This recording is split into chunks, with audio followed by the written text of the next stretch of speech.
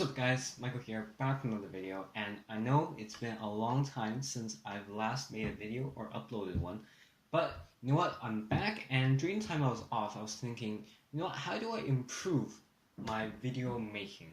So now I've got better cameras, as you can probably tell, and I want to start this new video off with a bit of an exciting, or more of an exciting product. So before I've unboxed Bluetooth, headphones, AirPods, whatever. But today I've got the Huawei P20 Pro, and you know, I'm going to do a little comprehensive review on this phone. So I've been using this on and off for about a week now. For the past week I've been using this, and I thought I'd tell you what's good, what's bad, and even what's ugly about this phone. And yeah, let's just get started with this comprehensive review of the Huawei P20 Pro.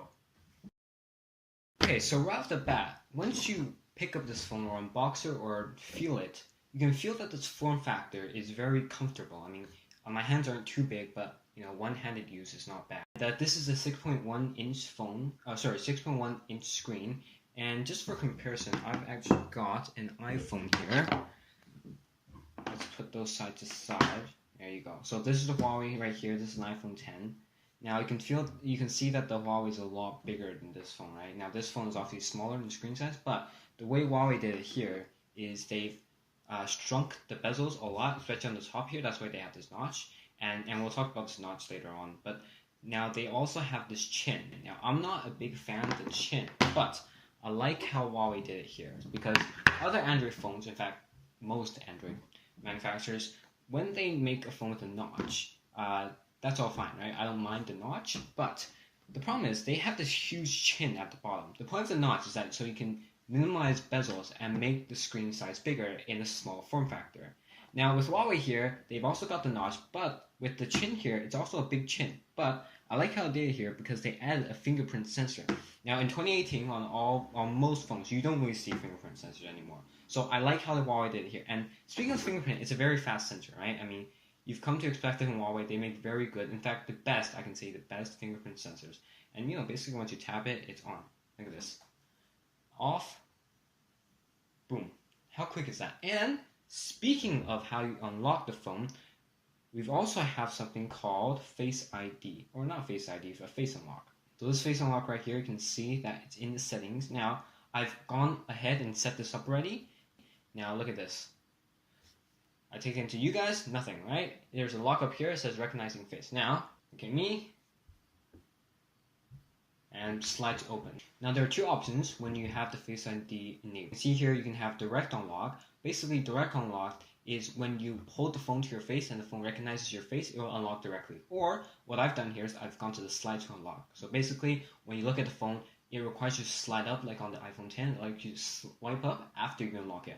Now I like that better because when I'm outside or I'm at home, I want to look at the time. I don't want to, have the phone unlocked for me. And it's a very quick face unlock. Now, up to the next part. Let's talk about the screen. So I've already mentioned it's a 6.1 inch screen. Now this is an AMOLED screen, which means that it's got very bright colors, and if you know how AMOLED works, it's basically every single pixel lights up on its own, so you don't get that LCD where the whole screen lights up when you turn the phone on. Now that's better because it gives you better color accuracy and it saves better battery life. When you first go into a video, this is how it would normally play. So you have these, you can see that the video is playing, but you have these black bars, okay? Now most people that buy these phones, they want to have the full screen experience. So here's what you do. You zoom in. Now, the aspect ratio has changed now. So it's got this like Galaxy. So it's got this like a Samsung Galaxy rounded corners now. But look at the screen. I mean, just appreciate that 6.1 inches, right? I mean, not a lot of phones are that big these days. Okay, so next one is performance. Now this phone has Huawei's Kirin 970 in it. Now, it's not the best chipset in there. I mean, there are better ones from Snapdragon 845 and Qualcomm, but it's not a bad chip, right? I mean, playing games or multitasking or doing just browsing, and it's not a bad chip. Like in my experience of using it, I didn't have any slowdowns really, so it's a good chip. I can say that.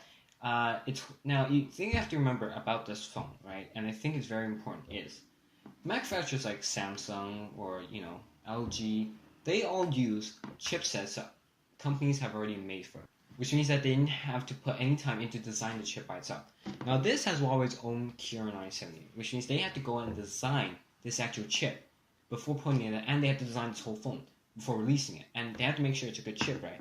Which means that in other manufacturers they might have better phones, but the thing you have to remember is that Huawei had to design the chip and the phone itself. So that's something to keep in mind. Okay, speaking of performance, next up is battery life. Now this phone has a very big 4000 mAh battery, which I believe is one of the biggest in a smartphone these days. I mean, if in a flagship phone anyways.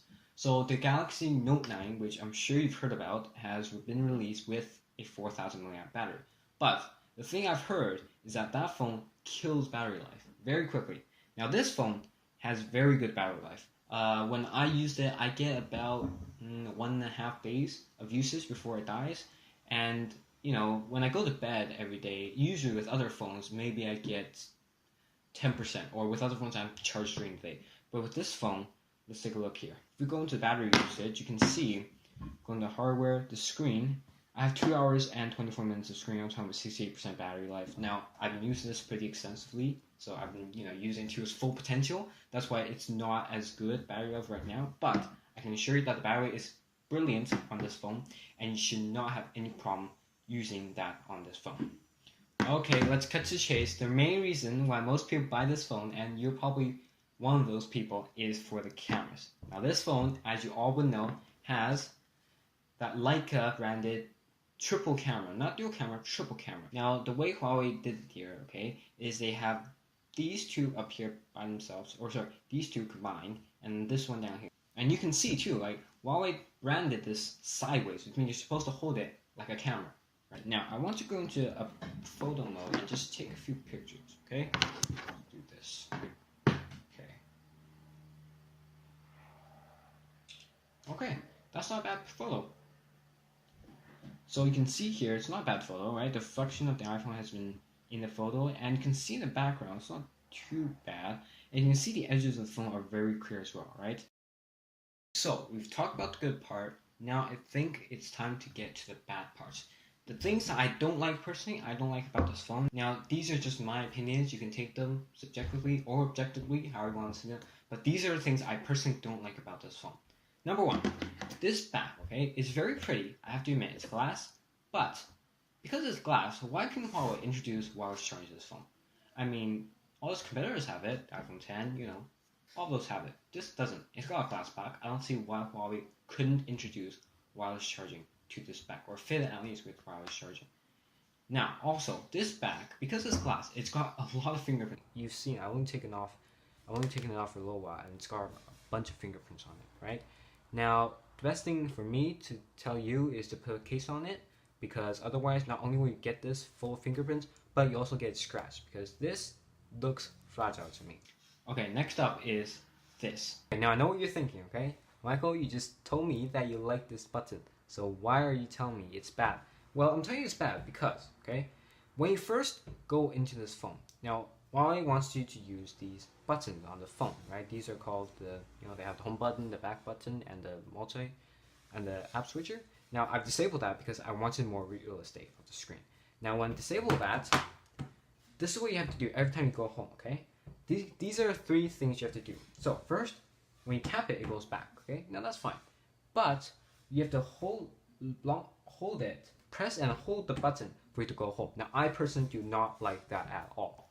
I think Huawei should have implemented the one tap to go home instead of going back. But hey, I don't know. I just don't like it. It feels like every time I have to hold it constantly to get it back, right? So that's something I don't like. Now, next up, and I know this isn't maybe such a big problem, but for you, those of you who don't know, Huawei is banned in the US for privacy reasons. Now, I'm okay with that, okay? I live in Canada, I'm okay with that. I don't really care about that. But the thing is, okay, if we take out the SIM card right here, this is only a single SIM. Now, other Huawei phones like the Mate 10 Pro, which I also have, that has a dual SIM. And a dual SIM means that if you go somewhere to China, for example, you can put a Chinese SIM card in there and still have it work fine without taking out your Canadian or US SIM card, right? So I don't know why Huawei decided to go with a single SIM here, Possibly it's because of the US ban, but I personally do not know. But I think that's something Huawei should have. Okay, so you've heard about the good, you've heard about the bad. Now it's time to get into the ugly part of this phone. Now, when I started using Huawei phones, and I have a lot of Huawei phones, I started with the P10 Lite, and then I had the 7X, which is the budget phone, and I still love that phone. The 7X is a great phone. And then I had the Mate 10 Pro, and now I finally have this phone. So you can see I like Huawei as a company, okay? I like them. I have nothing against them. Well, sort of nothing against them. But I like the company, okay? But there's something about this phone I feel like just doesn't scream, this is my favorite phone of those 4 phones. It's this software. So right now I'm running a Google Pixel launcher on this phone because I simply do not like the launcher that Huawei puts on there. So it's EMUI, which is also called Emotion UI, which I think is a very weird name. But I don't care about the name. As long as it works for me, I'm fine. But this Huawei launcher, EMUI, I do not like at all. So when you first, I'll tell you what it is. So basically, I don't mind the fact that it introduced some weird quirks into the phone, that launcher. I'm okay with that. But the thing is, okay, little settings. Now this is Huawei's own setting menu, okay?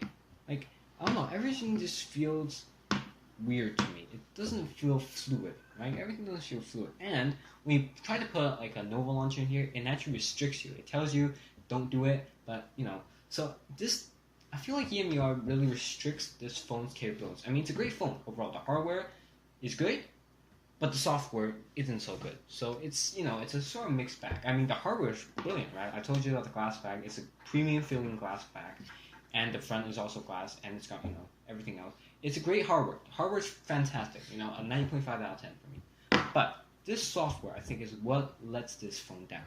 Now, most people don't buy Huawei for that very reason, just because of this software. Now, I like the software. Some parts of the software I like, but most of it I do not like. Alright? So that is the ugly part of this phone, and I think that wraps it up for the comprehensive review of the P20 Pro. Let me know what you guys thought of this review, and if I should do more of these, and you can tell me by using your thumbs, these.